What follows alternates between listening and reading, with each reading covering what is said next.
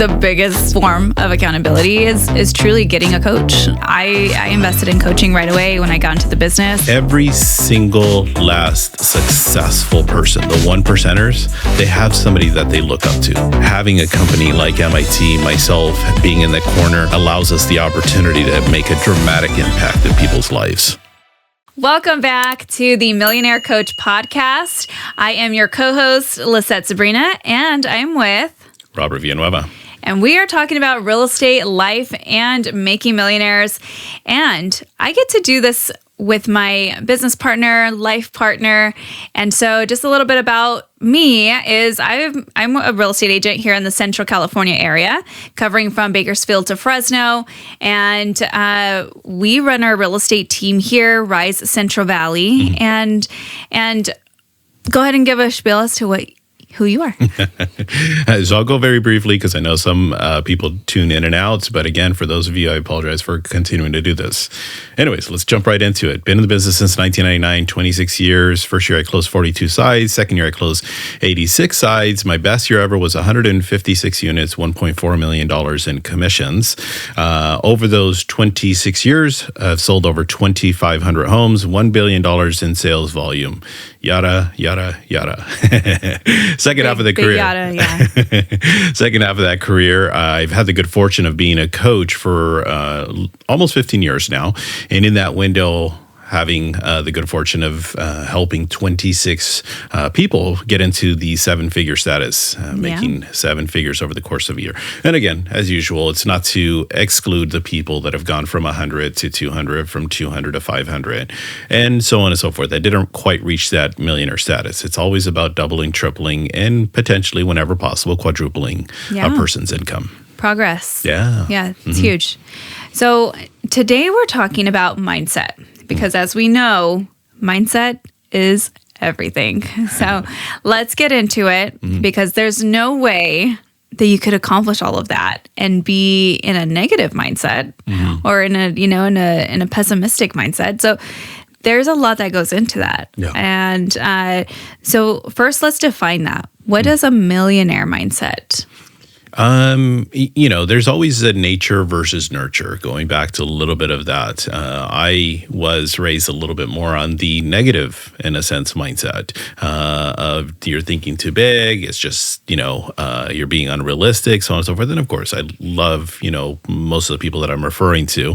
But having the millionaire mindset is being in a position where you're constantly working on it, because it's a muscle. It's something that we have to attentively pay attention to and work on it every single day. As you know, as in my teenage years, not doing too many great things at that moment, going through having a kid at 15 and, burying my best friend from gang violence and, doing stupid gang stuff back in those days. And, eventually being in a position before I'm even 20 years of age, being married and having 3 kids and just kind of being in that position. However, the millionaire mindset is continuing to, regardless of whether you come from a not so good background or an extremely well background, is continuing to push forward so that you know what you're trying and wanting to accomplish. Yeah. I think the main, if I could just wrap that, it's growth, progress, moving forward. Yeah. Okay. So why do most agents misunderstand mindset? We take it for granted, and it shows up in the form of our ego. It's just simply this is who I am, this is the way I've always been, and, just deal with it. And for some people, they can get by with it because they're, on a more positive side, where other people, not so much. So we do have to be careful with that. Yeah. Can someone succeed without the right mindset? I mean, I guess in theory you can, but it's definitely going to be way harder. That's for sure. Because again, you can have the right circle. You can come from, a wealthy background and your parents are like throwing you, all kinds of deals and leads and opportunities. I mean, I know some people where literally their parents are builders and developers and all they do is just simply, I got to go sell another home. Well, yeah, you get to sell another home.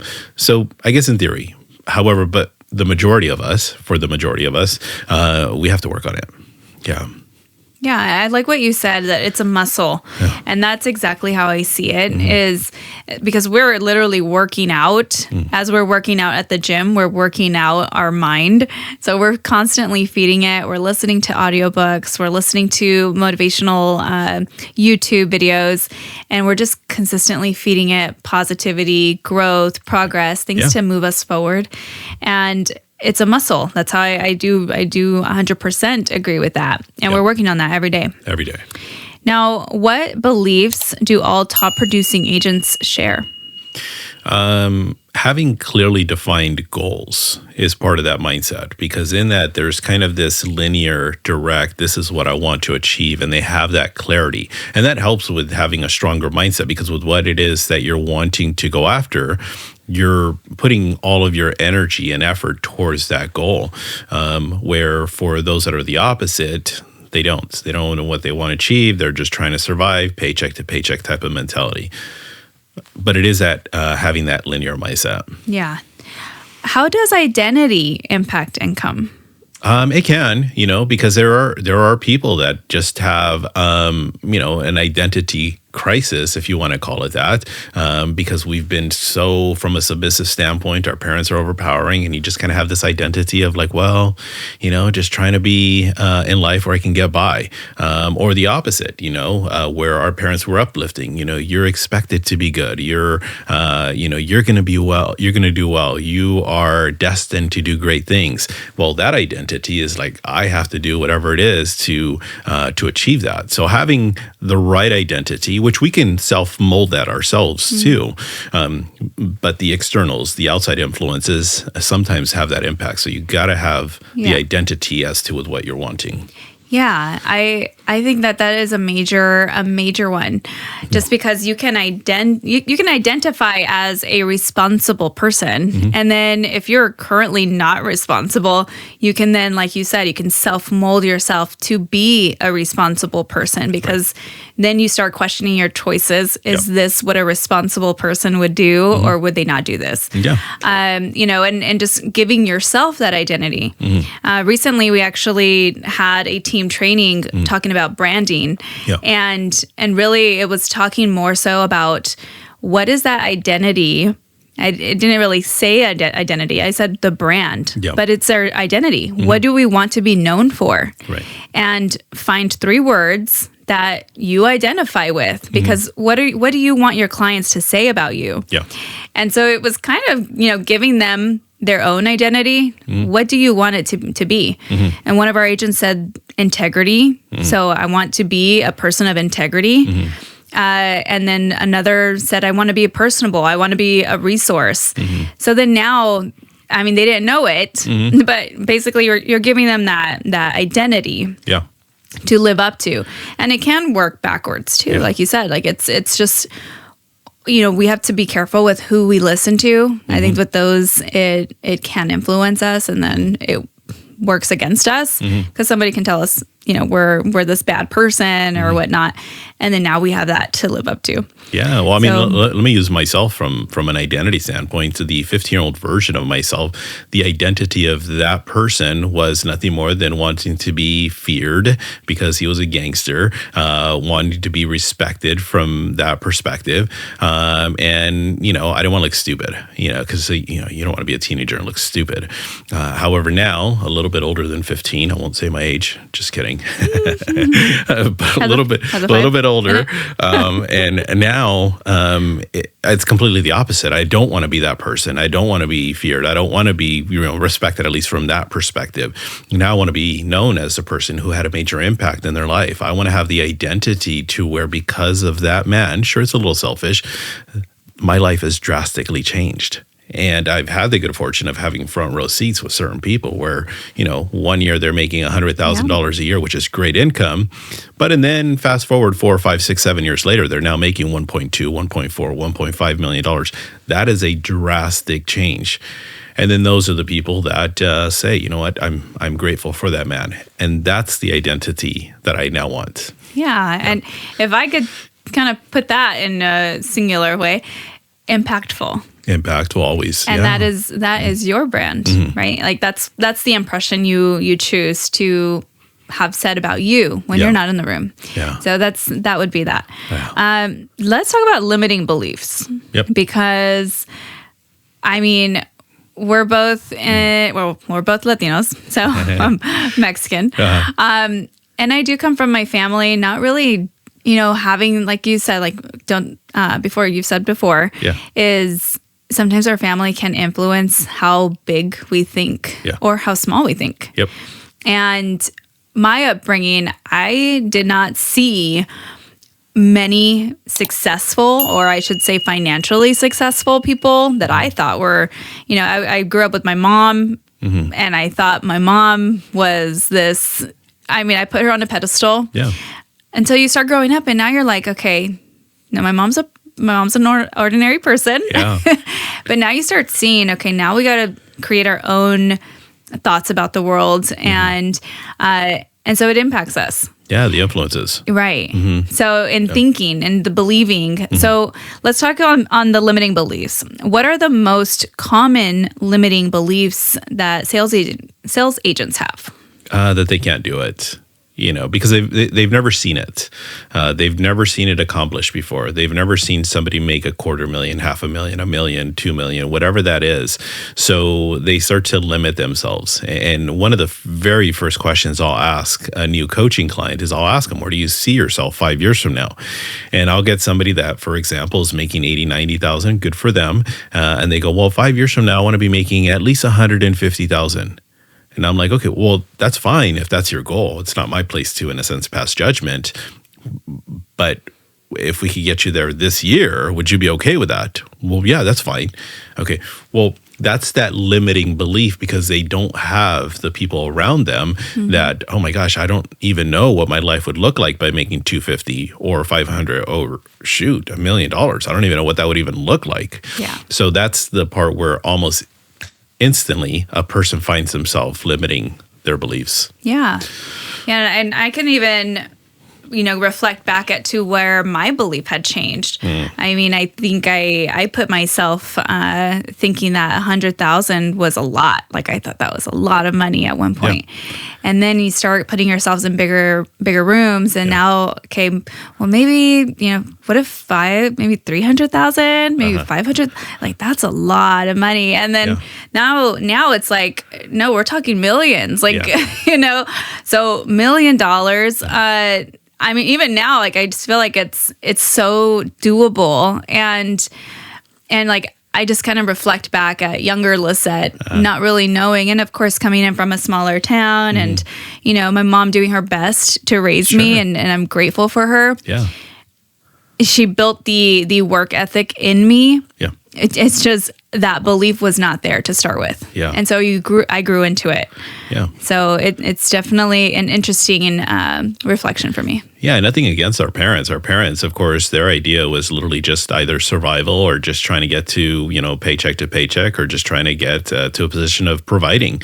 It wasn't so much, at least going back to the comment about Latino, that's the thing that I do constantly combat, speaking to, different organizations, and one of them being the NAREP, National Association of Hispanic Real Estate Professionals. It's one of the things I talk a lot about because it is unfortunately us being Latinos, that a majority, not all, of Latinos, they have that limiting belief. They kind of have this more submissive approach to, the income. And it's not, of course, about just the making of money. It's about the money and using the money as a vehicle to create new and different opportunities and options so that we can create those opportunities for our next generation and creating those legacies.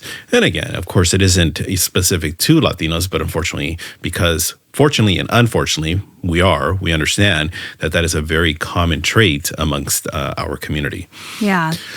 I like what you said, to create more opportunities, because I also going back into that a little bit. Yeah. But with that, money was seen as a little differently than how I see it now. I didn't see it as a tool, and now I see it as a tool to give us options. Yep. And I like that you said that, because we do need to change our perspective on that. Yeah. We need to change it. It's not about making money because we're greedy in any way. It's more about how can I get more options? Yeah. Because if you don't have the money, you don't have options. Like Right. you're only going to be subject to the one and only option if you can get that.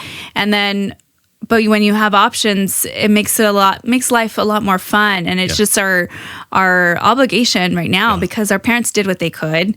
And now we're that next generation to take that next step forward to then give our next generation an even better step forward. Yeah. So it's just that part, believing around money and just changing that belief was different. Well, let's share a little bit about, we are people of faith and our Christianity, and our pastor even talked a little bit about this. And, there's the old saying of, money is the root of all evil. No, money isn't the root of all evil. What is the root of the evil is the necessity of money, being in a position where we see money almost as the everything, and it isn't. However, let's also be realistic in today's day and age. I mean, how many millionaires and billionaires are out there, robbing and, going through and doing all of these, in a sense, negative things? Not that they don't do any negative things, but the complete opposite of the people that are in need of that because they lack those options. That's where they find themselves, making poor choices. So what I'm getting at in regards to that statement is that money, as the old saying goes, doesn't bring us happiness. I want to make sure the audience understands that. It doesn't bring us happiness. What it does bring us is it brings us options. And the options is what gives us the opportunity to choose. It's when we're limited with those options where we find ourselves like, I'm desperate. I need to make some poor decisions, moving forward. Yeah. How and can mindset truly be changed? You got to work on it. Yeah, you got to work on it every day. I mean, it's this journey, even for me. How do you work on your mindset? Yeah, it's one of those things you got to go through it every single day. I'll jump right into one of the points that we wanted to bring up. When I'm working with my coaching clients, I ask them, what time does your day start? And it's a cute, of course, little saying that I go after. I'm pulling up my notes, and they give me, I start at 5 o'clock. I start at 5:30. I wake up at this time, whatever it is, and I say, Lisette, your morning starts the night before. So I ask of all of my clients to go through with what I call as a night routine, because most people's night routine is the exhaustion, the going to bed late, the letting the head hit the pillow and go, oh my gosh, I'm so glad the day is over. Well, all of that murk, all of that negative energy is what ends up seeping in through the next morning. And you wake up in the next morning and it's kind of like, oh man, another day. And it just kind of this evolution of constant negativity.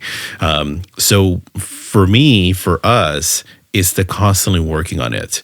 And in that night routine, I'm going to give everybody some tools that I give my coaching clients. And I'm going to pull up here my notes real quick.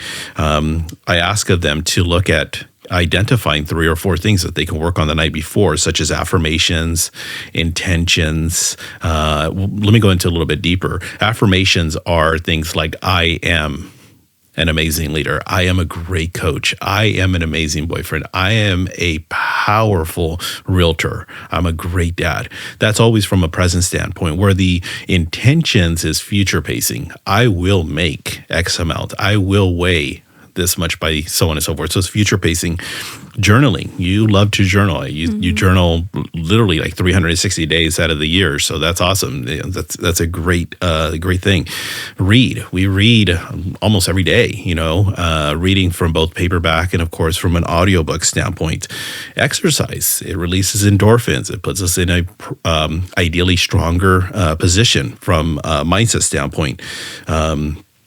YouTube. I mean, we're recording this. This is showing up on YouTube. We as we're getting ready in the morning, we turn on YouTube and we watch our mentors, the people that we look up to, the Tony Robbins, the Brian Tracy's, all of these people that we really look up to, so on and so forth. prayer. If you're a person of faith, speak to God. Just either be thankful or just be in a position of giving me clarity, whatever it is. Music, sometimes it pumps us up, gets us in the right mindset. We go through, we're at the office, and all of a sudden we just kind of feel this flat energy, and we just go, Alexa, play whatever, and we get into that right state. Mentor or mentoring. When you have somebody looking up to you, you have to perform. Or the other way around, I'm looking forward to work with this person because I love the mentorship standpoint. Audiobooks, as we talked about. Visualization. Visualization is huge. This is some of the things that I would work on constantly. As a teenager, that was foreign to me. But as an adult, visualization, I would practice 10, 15, 20 times. And people think that it's this, long, drawn out 30, 45-minute session. No, just take 30 seconds and visualize where you want to be at, what you want to accomplish. Meditation. Difference between meditation and visualization. Visualization is looking at something in specific, where meditation, we've talked about this before, meditation for you is more of the emptying your mind and letting it be. Whereas for me, meditation works more from a perspective of where ideas come into my mind of like, I got to work on this. I should focus on that. I mean, literally this with what we're doing now came from meditation. I mean, this was probably about 6 months ago, almost a year ago. And I said, babe, we got to do this. We need to, this is something that keeps coming into me. And then last but not least, as you talked about, breathing. Now, what do you mean by breathing? Breathing is part of what helps our blood flow. Even the breathing exercises that Tony, Robbins has recorded. It gives us the opportunity to just change our state of mind. And as Tony talks about, it puts us in a completely different state that allows us to the incantations, the putting ourselves in that stronger, more positive state of being. Yeah. And you said a lot choosing any one of those will help you. Mm-hmm. I mean, even just a 1%, doing one of those for a 30-day period, that should help you. Yeah. But ideally, of those, you're saying to do it at night and the day. Just do it. Just do it. I think the way that I explain it to my coaching clients is kind of as an example. If I gave you these 13 ingredients and I gave somebody else these 13 ingredients, you would make completely different dishes, or not similar to. So whatever works for you. A perfect example is like journaling. Journaling works great for you, and that's awesome. And I love that. I journal from time to time. For me, it feels more like work.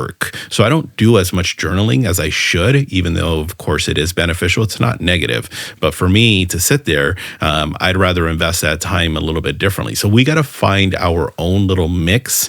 The night routine, just 3 or 4, nothing crazy. And then the next day, another 3 or 4. And or you're in the middle of the day and all of a sudden something negative happens. Especially in our industry, a deal falls apart. Somebody calls and says, hey, you know what? We're no longer going to do this, whatever it is. All of these things. And for me, the very first thing is I close my mind. I say a quick prayer and I say, God, thank you for this opportunity. And then I go into a visualization. So I'll pray and visualize within like 90 seconds. Mm-hmm. And I visualize whether it's the next car, the next trip. As we're recording this, we're getting ready to go on a trip here. So I can't wait till my feet are touching the sand. I can't wait until I have that, drink in hand, So those are the things that really, for everybody, is identify what are those ideas, ingredients, whatever it is. Yeah. Prior to meeting you, I had already, as you were mentioning, Tony Robbins is someone I look up to a lot. Yeah. And so he mentions a lot of those things. Mm-hmm. But not only that, but it's also been mentioned in many, many books and by many successful people doing these items that you mentioned. Yep. And so I thought in my mind, I'm like, okay, it only makes sense. They're all doing it. Mm-hmm. It makes sense to try, try one of these, all of these, and see what's going to stick. I gave myself time though, because these are habit building also. You're building these habits. Yep. But they're good. They're positive. They're positive habits. It's just about finding one that works for you. Yeah. Journaling might not be your thing, but it's my therapist. I love writing in my journal. Yeah. I'm putting everything that happened the day before. Mm-hmm. I'm literally just writing just everything. I'm spilling. It's just a brain dump, honestly. Yeah. And it clears my mind so well. And then I also use it for my affirmations. I write everything down. I write my goals in there. And that way I do have a place, a central place for those things. Yeah. And I do carry it. It's almost like I don't want to compare it to a Bible, but I carry it. Like it's so important to me and to my mindset so that I can stay focused and I can stay on top of it. Yeah. And then the other thing that you were mentioning, the visualization, I think that's so powerful. I know that we just mentioned that to one of our team members during our one-on-ones. And it's something that's so awkward to somebody that's never really tried it or never thought about doing it. And I even told her, I'm like, it's going to feel weird. I'm like, it's going to feel weird. Meditating for the first time feels weird. Like, you're like, okay, something's supposed to happen. Like, it feels weird. But you got to get over the weirdness and just accept, hey, this is working. This is something that's proven, and all of these successful people are doing it for a purpose. Yeah. And so we just have to fall in line, and those are the things that work, just figuring out which one works for you. Yeah, you got to find the right ones, and that whatever works for you is what's most important, because, yeah, you're right. As visualization early on for me, I did find it kooky. It was weird. And even as I'm speaking in different audiences, and you've seen it where I ask of the audience to just go through a visualization, and it's literally only 90 seconds. And some people are like, wow, that was awesome. That was amazing. And then you got other people that's kind of like, I don't know, it didn't work for me. I was like lost. Yeah. So it is a little bit of an exercise. I think the one thing that we are both in agreement is you have to do this on a consistent basis. Whatever those items are, just find it. You don't have to do all of them. Just pick 1, 2, preferably 3 or 4, and just make it a routine. Yeah. Yeah. Now, we talk about motivation and having motivation. It's important because it does push you, in a faster pace for maybe a certain amount of time. Yeah. But why is motivation overrated?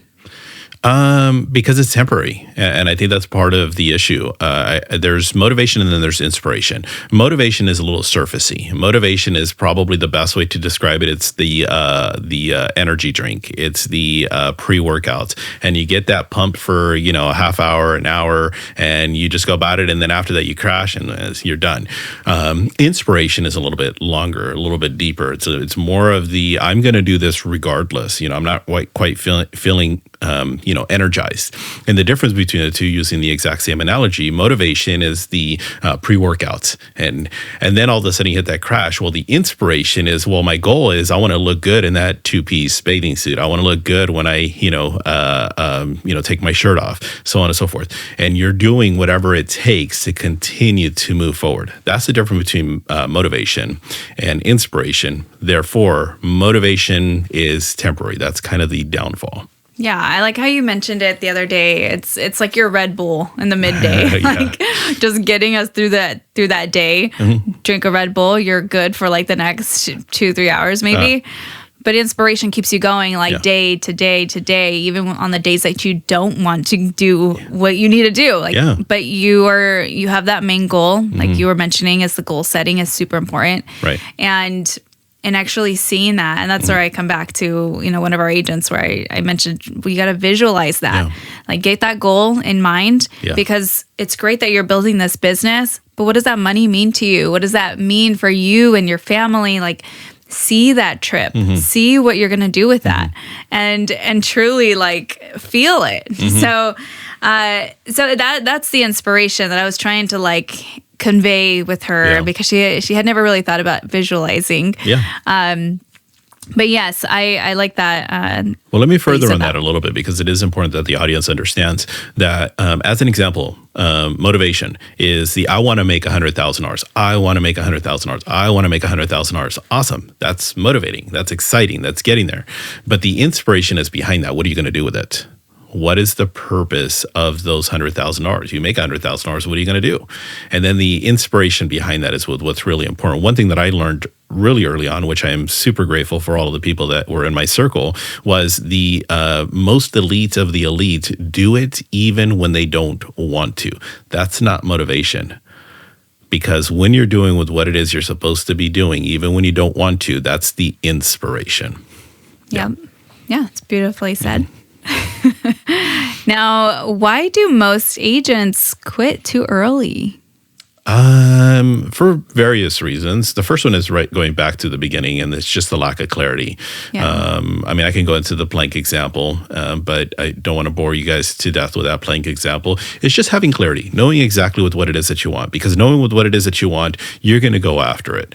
And then the other part of it is the limiting belief. I want to make $100,000, but I've never made $100,000. Yeah. So I want to lose 40 pounds, but I've always been a little bit overweight. So just finding themselves where they cut short. Yeah. And one thing that I like that we do is with our team, we sit them down as to their one-on-ones, but we also help them build their business plan right when we first meet. And I think that's so important within our team, because then that gives them that certain target. Yeah. And then we also give them that dollar amount. Okay, so what does this amount of transactions mean for you? It's going to mean this amount. And it's just becoming so clear. Yeah. So I don't think a lot of teams, if any, I don't think a lot of teams do that. Or brokerages at that. Yeah. Give that, offer that. It truly... I think because we're providing that for our agents, it's so beneficial, because we are sitting them down. Everyone's so different. Everybody has their goals, or they're just so different. Yeah. And with that, I think that allows them to continue on in the business and be successful in it. Yeah, well, just furthering even from the session that we had yesterday, with that person that we had the conversation with, we went through how many deals, how much income, how many listings, how many buyers, all this other stuff. It was a very clear trajectory. Now, this person has never put a business plan together, and they've been in the business for a little while, and now it's very clear as to what it is that they need to do to accomplish with what it is that they want, and for that matter, what is it that they want, how that's going to impact their family. Whereas most other teams or brokerages, it's kind of like, okay, you want to make more money? Great, work harder, go do more, do more of this or whatever it is. And it's kind of this very vanilla, generic type of a response, as if though there is specific instruction, and the only specific instruction is do more. That doesn't help anybody. Yeah. No. Yeah. Now, how do you hold yourself accountable daily? These are habits. How do you hold yourself accountable? I'm going to use a little bit earlier on when I started, because I did not have good habits. My habits were very poor. I was a person that lacked integrity with myself. And, I would say I'm going to do this. I'm going to start working out more. I'm going to start doing all these other activities more. And because I lacked that integrity, I needed accountability. So the accountability, little by little, I would have these one-on-one accountabilities with, as an example, with you. And I would say, hey, Lisette, let's hold each other accountable. And we got to be at the gym at 5 in the morning, and if not, I'm going to pay you $50 for every day that I don't go to the gym. Well, the problem is that type of accountability is subject to whoever your accountability partner is, because if you don't show up or you don't hold me accountable, well, little by little, as much as the intention was there, it's going to fizzle away. So I started to realize this, unfortunately, character flaw of myself early on. So I started to line myself up with multiple accountability partners and multiple accountability groups. So no longer was it a one-on-one. Now it was yourself, another person, and another person, because if you didn't show up, well, person B and person C are like, hey, Robert, where are you at? So I said, okay, if this is working for me here, I also need accountability here and here and here and here and here. I got to the point where I probably about a good 10 or 12 accountability groups I'd have to report to every single day. And I get it. People are saying that's crazy.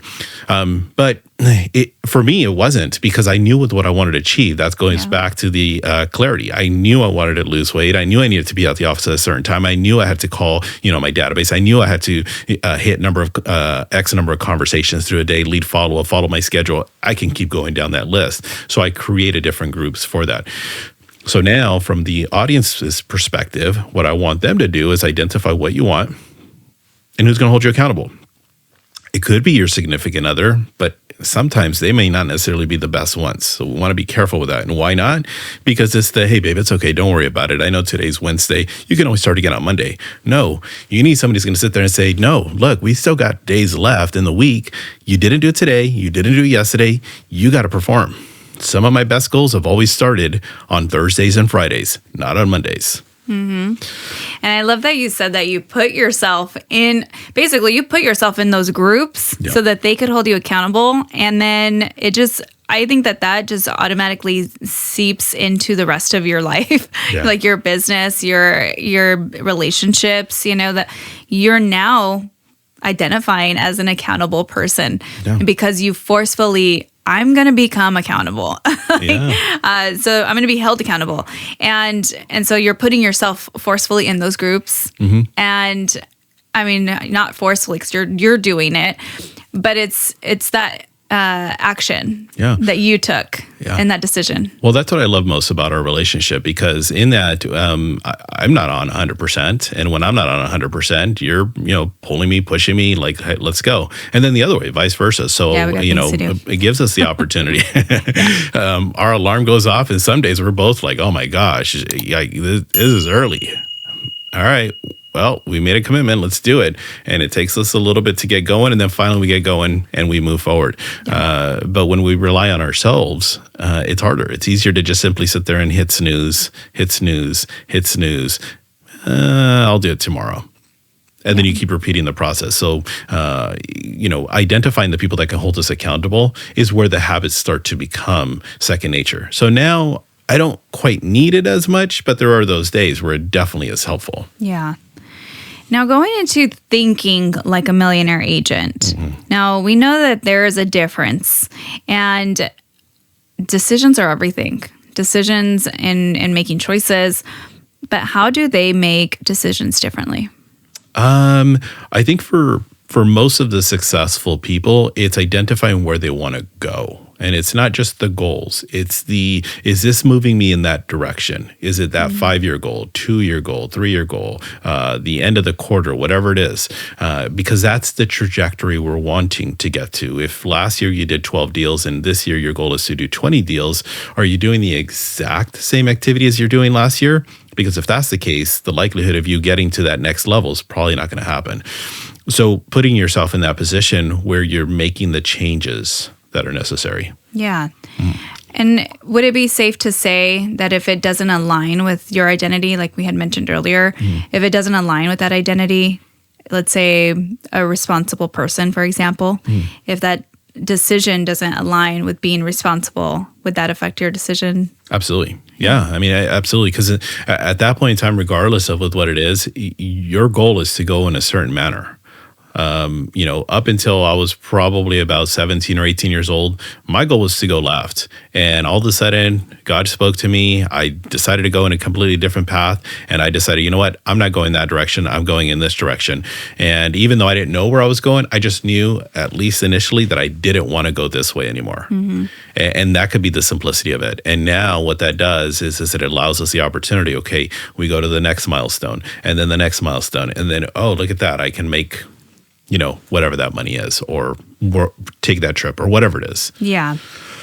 Now, I mean, we talked about accountability. I think the biggest form of accountability is truly getting a coach. I mean, I invested in coaching right away when I got into the business, and I'm continuing to invest in that because I know it's an investment in myself. Yeah. But we talked about accountability. And so why do millionaire agents invest in coaching and growth?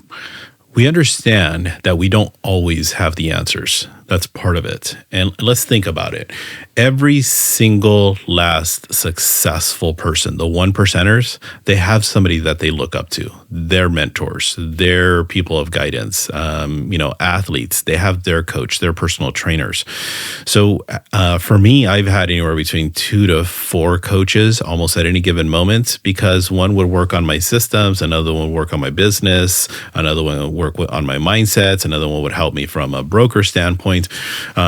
So it's always a good idea. Now, if person is not in a position where they can afford coaching, well, you got to look at even from a who do you look up to standpoint. And then when you can find yourself or put yourself in a financial position, and the mistake a lot of people make is I can't afford coaching. Sure, you almost can't afford not to have coaching.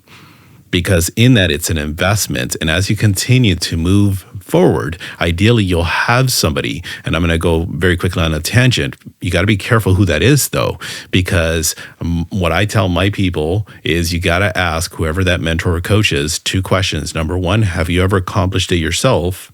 Or number 2, have you ever helped somebody accomplish with what it is that I'm wanting to accomplish?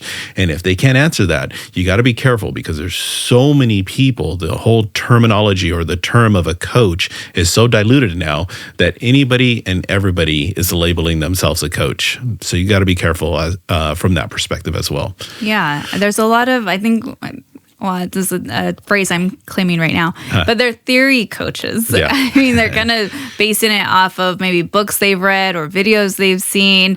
And it's like, okay, well, I've seen this in a video, or I read this in a book. This is probably how you should do it. And then they're coaching based on that, and so it's not based on what the actions that you've taken, the actual rejections that you've faced, objections you've faced, and truly understanding the mindset of that consumer. Right. And so now you're able to coach that next agent or sales agent. This is how it should be handled. And, give them other options also. I've seen you do that is just giving solutions to your clients, something that they hadn't thought of before. But thankfully they have you, because now they're like, oh yeah, actually, let me try that. Like and it's just a light bulb. Yeah. But that would have probably came. I mean, they're talking to you and sharing with you their situations. Yeah. So sometimes it's an overhaul, and other times it's just a little tweak, just that little 1 or 2 little tweak that makes the world a difference. And sometimes when we have that outside perspective, it makes that difference. Okay. So now we're going into. We'll wrap this up shortly, but let's go into what is one habit that agents should start immediately? I think going back to the habits of the 13 items that we talked about, identifying 1, 2, or 3 of those. The example that I use when I'm speaking is our mindset is like the tires to our car. And what I mean by that is that we really don't pay attention to them. They're moving us from point A to point B, but the moment that they go flat, our world in a sense falls apart. Oh my gosh, I'm running late. I got to fix this tire. I got to get a new tire, whatever it is. And it's the same thing with our mindset. We just, this is just the way that I am. And we go about our day, and then all of a sudden, boom, we just have a bad day. Now, the elite of the elites, they'll have a bad moment, and that'll be maybe a half hour, an hour, maybe 2. They don't dwell on it. That's where the elite of the elite are. Where think about yourself, not you, Lisette, but basically the audience. How much do you dwell on it? Is it investing the whole bad day? And unfortunately, sometimes it's a bad week, and sometimes it's even a bad month for some people. So just being a little bit quicker to get to where we need to get to. Yeah. Now, what is one habit they need to eliminate right now? Probably the limiting belief. Yeah, limiting belief. If somebody's accomplished it, that's the way that I've seen it. If somebody's accomplished it, why not me? Why not me? Yeah, why not me? And that's literally with where I'm at with my coaching company. I want to be in a position where, MIT is synonymous to any and every single last worldwide coaching company. Now, where we're still at the beginning stages. But I'd like to be, in the rooms, in the conversations, just like any other, very successful coaching company. Yeah. So let's end it with that. Now, challenging the audience, ask yourself, why not me? We know it's possible. Yeah. And we know because we see it. And things that, there's things that are being invented currently now that were not invented before. And so they're going into that not knowing, but there is a possibility of it being possible. So the challenge is ask yourself, why not me? Yeah. And go with that. But these are all great strategies. And just implementing 1, 2, or 5 would be a world change to someone's business, someone's mindset. So it's super great. So thank you guys for joining us. We are going to wrap this up with Millionaire Coach Podcast. Stay tuned, where we're talking about real estate, life, and making millionaires. So thank you, Robert. Yeah, thank you. See you on the next one. See you on the next one.